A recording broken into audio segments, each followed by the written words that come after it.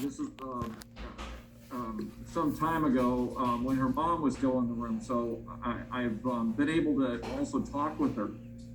And I'll give you a quick summary where we're at right now. Of course, when she came into the hospital, she had COVID-19 pneumonia. And as a part of that, she was initially treated with what's called a BiPAP machine. And it's this kind of a device that you probably have seen in pictures or on TV.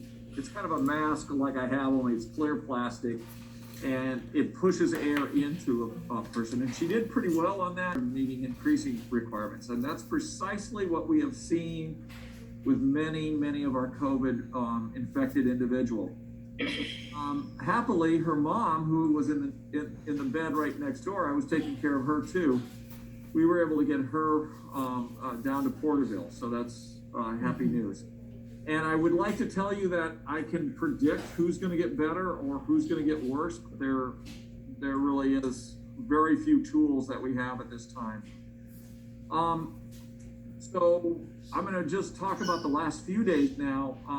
Lilly has actually been pretty stable on the ventilator. And one of the reasons we're having this meeting is because prior to getting on the ventilator, she had written a statement form we call a POLST.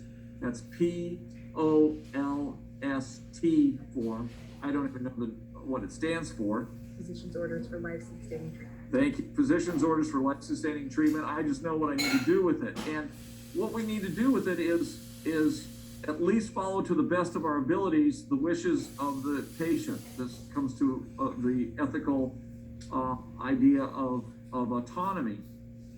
And so one of the statements she makes is, I just want to be on the ventilator for a few days. Well, we're already on the ventilator for 11 days right now. And so I think no one would think that that's a few. But I got to tell you, we're not in a situation where it's a no-hope situation or she's doing worse each day. She's actually making some, albeit small and slow, improvements. They're improvements nonetheless. Would you agree, Dr. Garfield? I agree, yes. And so we wanted to just make sure that, as doctors and nurses, we can do an awful lot of good things for people, but sometimes we can push a little bit too far, too fast, too hard. And we did not want to do anything, and we kind of wanted to get, frankly, your blessing on the family just to continue her care at present.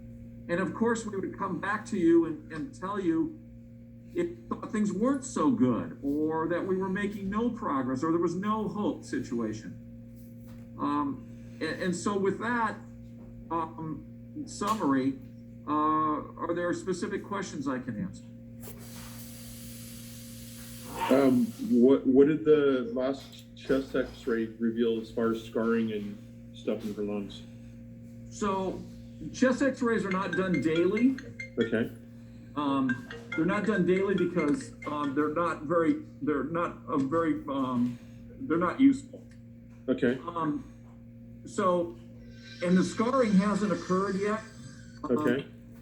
She is entering into a phase of her illness called the fibroproliferative phase, and though you're right, there's going to be some scarring. There's no way for me to know how much. That can only be done by a test as an outpatient, long after she leaves the hospital. Okay. And that's not our goal of therapy within the hospital situation. We just get people to the point where they can recover. So it's more important to me that they can stand up at the side of their bed and maybe walk to the bathroom than it is to know how much lung is scarred. Okay.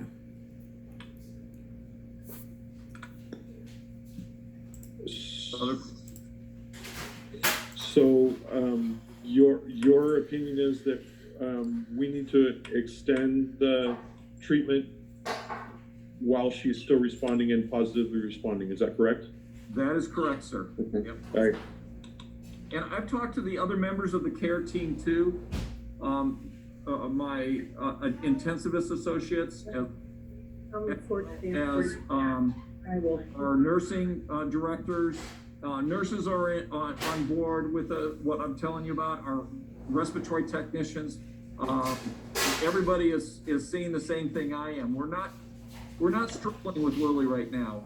And of course, as I said earlier, we would inform you if the situation became, desperate. Okay, well, we're of the opinion we're a very spiritual family. The Bible mentions a storm, and it was 40 days and 40 nights. So, a couple days or 10 days is not quite the storm that we were looking for, to give up hope. We if she's continuing, and I mean, I can't speak for everyone on chat, but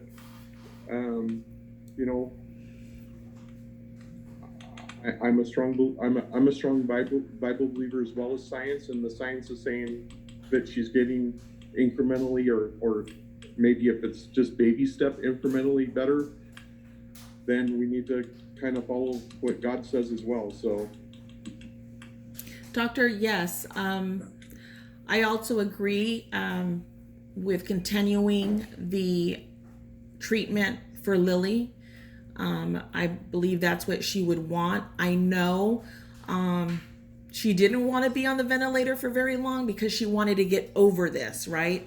But if she knows that she's making progress and that's what needs to happen, then by all means, I know my sister would want to continue what the doctors and everyone is doing for her. We greatly appreciate that.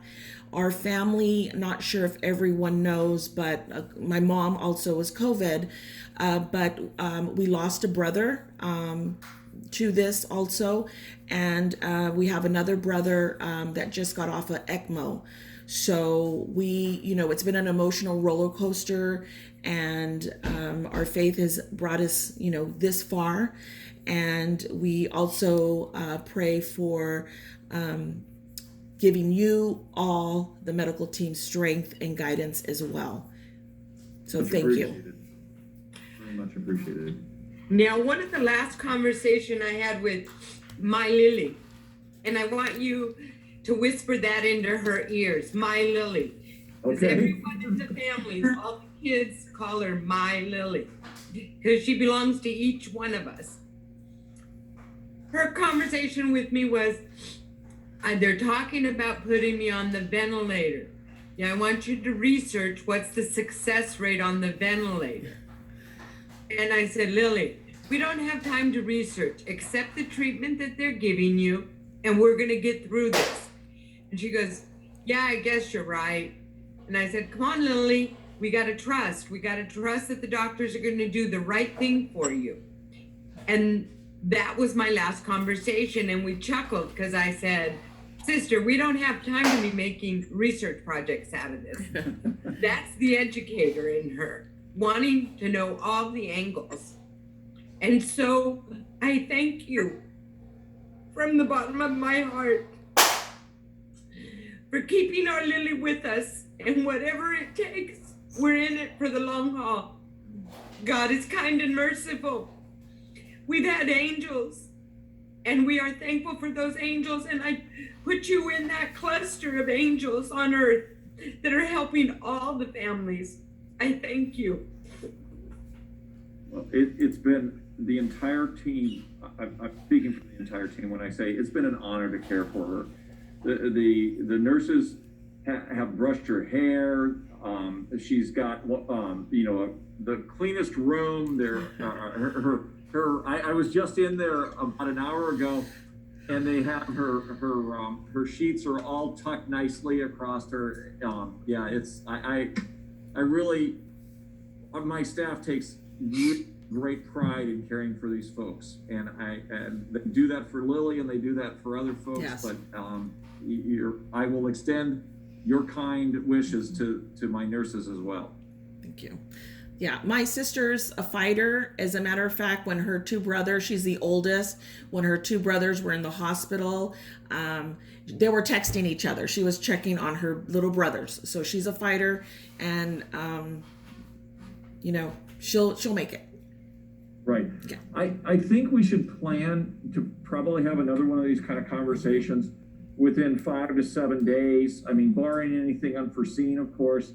She continues, I would summarize things by saying she continues to be critically ill, but, you know, and Dr. Garfield and I, you know, we have a meeting about Lilly every day at 10 a.m. in the morning where the entire team meets outside of her room after we've done our morning examinations of her, and that's from the standpoint of the respiratory technicians and the nursing staff and the overnight nurses and then the nurse leaders, and we all kind of form a plan with Bridget and her team to kind of come up with to see what's coming next.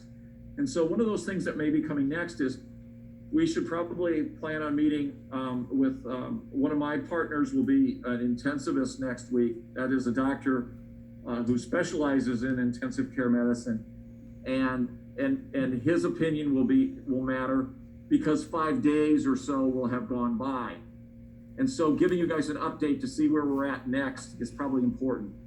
And emphasizing, you know, there's a lot of patients I have here that I'm treating right now that we don't know what they wanted. Lilly at least has given you, her family, and us as doctors and nurses some direction in how she wanted to be treated. So I'm with you. I think we're going the right direction. I think we haven't heard from Edmund, at least. I don't want to forget Edmund there. Sorry, you're a little box, Edmund. Can you see me? Yes. Can you hear me? Yes. Speak loud. I agree with everything my family is saying, and to help her in anything we can to get her better, to bring her home to us. I mean, you guys are doing a terrific job. I mean, thank you. Thank you from the bottom of my heart. You know, just I thank the Lord for where she's at, and that you guys are helping her, you know, get better, that she's where she needs to be after catching this COVID-19.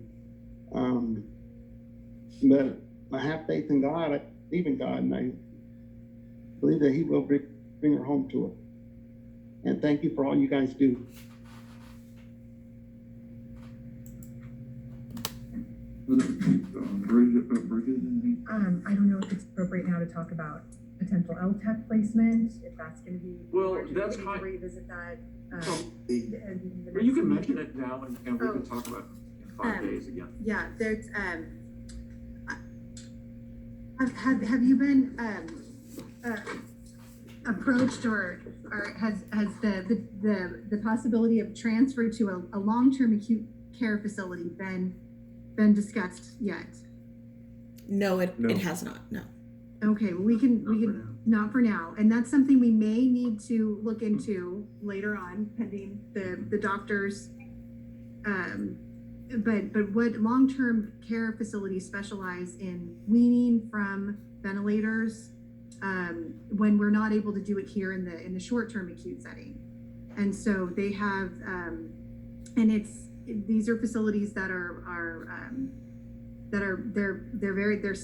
very few of them, and they're specialized, they're special facilities. And so they're unfortunately they're not nearby.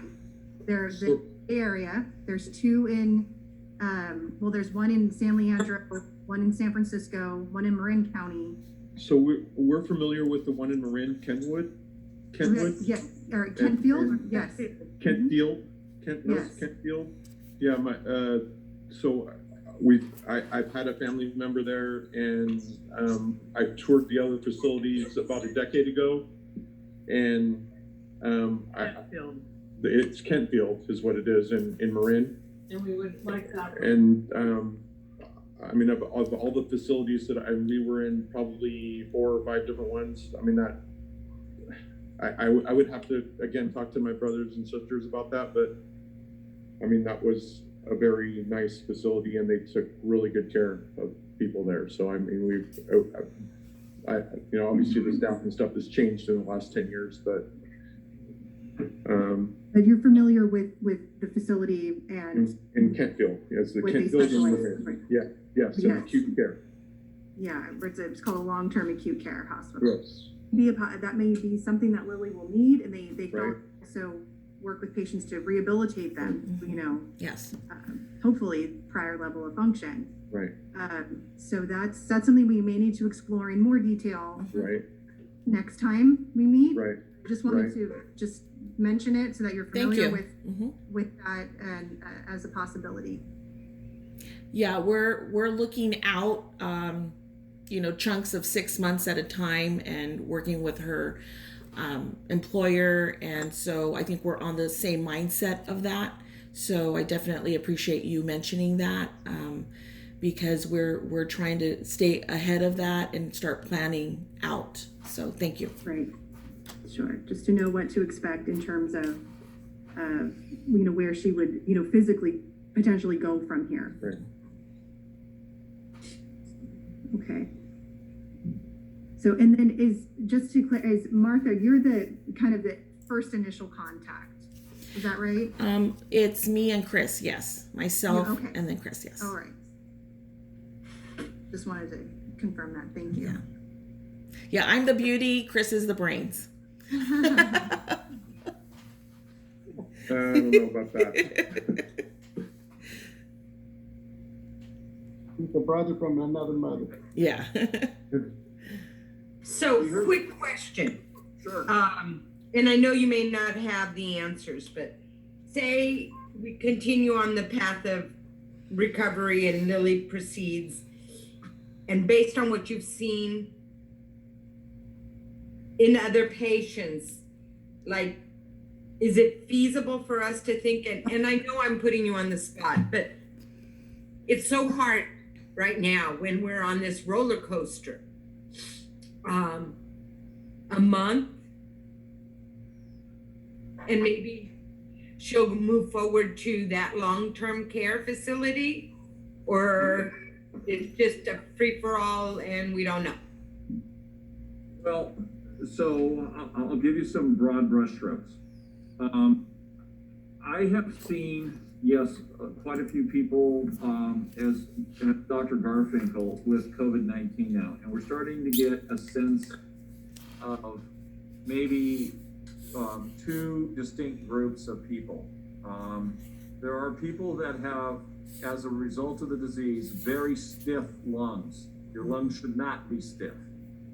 And they have very stiff lungs, and you cannot oxygenate them, and they cannot ventilate very well.